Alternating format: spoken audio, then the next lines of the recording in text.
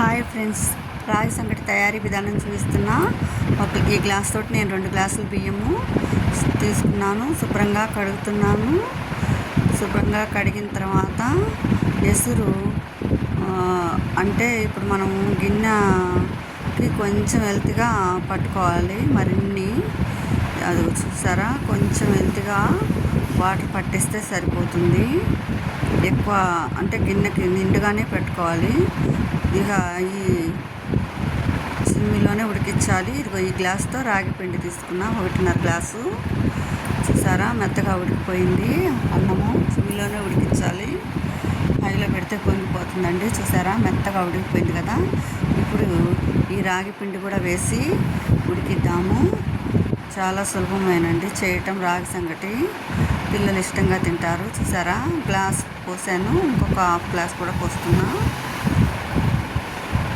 Half glass రాగి పిండి పోసాను. ఇంకా చిమ్మిలోనే ఈ పిండి కూడా ఉడికిద్దాము. ఇంకా ఉడికిన తర్వాత మనం మంచిగా వేపుకుందాము. ఇది చికెన్ పులుసులో చాలా బాగుంటుంది. నేను ఈ రాగి సంగటిలోకి చికెన్ పులుసు కూడా తయారు చేస్తున్నాను. ఇప్పుడు మంచిగా చిమ్మిలో ఉడికిన ఒక 5 మినిట్స్ ఉడికించాక కొంచెం సాల్ట్ కూడా వేసుకొని మనం థ్రెడ్ ఒకటి నేను తయారు చేయించుకున్నానండి. ఎక్కువ రాగి సంగటి మా ఇంట్లో తింటారు. నేను సండే అట్లా చేస్తుంటాను. చూసారా, ఇప్పుడు వేడి మీద మనము కింద ఒక టవల్ పెట్టుకొని నేను చక్కగా ఎనుపుతున్నాను. మంచిగా ఉండలు లేకుండా రావాలి. అన్నం బాగా ఉడికిపోయింది కాబట్టి ఊరికనే ఎనపటం ఈజీ అండి. ఇంకా మధ్యలో మనం వాటర్ కానీ ఏమీ పోయకూడదు. అన్నంలో ఉండే వాటరే సరిపోతాయి. బాగా మెత్తగా వెనిపితే టేస్ట్ బాగుంటుంది. చిన్నపిల్లలు కూడా ఇష్టంగా తింటారండి ఈ సంగటిని. చూసారా, అలా మంచిగా తిప్పుతూ ఉంటే రాగి సంగటి రెడీ అయిపోతుంది. వేడిగా ఉంటుంది కాబట్టి మనం టవల్ని పెట్టుకొని గిన్నె కదలకుండా చేసుకొని ఇలా రౌండ్గా తిప్పుతూ ఉండలేకుండా నీట్గా రాగి సంగటిని ఎనుపుకోవాలి. ఇందులోకి చికెన్ కర్రీ కూడా నేను తయారు చేస్తున్నా. చాలా బాగుంటుందండి. ఈ విధానంలో మీరు చేసుకోండి. ఈ మధ్య ట్రెడిషనల్గా పెళ్ళిళ్ళల్లో కూడా రాగి సంగటి పెడుతున్నారు. ఇక పాతకాలంలో ఎక్కువ తినేవాళ్ళు ఇది. ఈ కాలం పిల్లలు కూడా మనం అలవాటు చేయాలి అప్పుడప్పుడు. చాలా బాగుంటుందండి ఈ రాగి సంగటి ఈ విధానంలో చేసుకుంటే.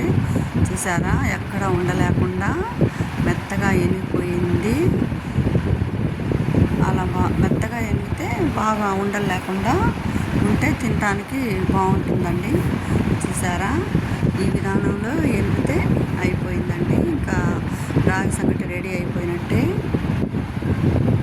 మీరు కూడా ఒకసారి ఇదే ప్రాసెస్లో ట్రై చేయండి. ఇంకా ఉరామరిగానే ఎసురు పోసుకోండి. కరెక్ట్గా ఏం అక్కర్లేదు. ఎక్కువ నీళ్ళు పోసుకుంటే చాలు. ఈ రాగి పిండి పీల్చేస్తుంది అన్నమాట. వెనిగిపోయి మొత్తం ఎనపటం అయిపోయిందండి. ఇప్పుడు ఈ మొత్తం ఇట్లా ఈ గెంటితోటి తీసేసి చక్కగా ఇక వడ్డించుకోవచ్చు అండి. చికెన్ సూప్లోకి బాగుంటుంది. ఈ రాగి సంగటి తలకాయ కూరలో కూడా బాగుంటుంది. చూసారా, సంగటి రెడీ అయిపోయింది. ఈ విధానంలో మీరు కూడా ట్రై చేయండి. రాగి సంగటి రెడీ.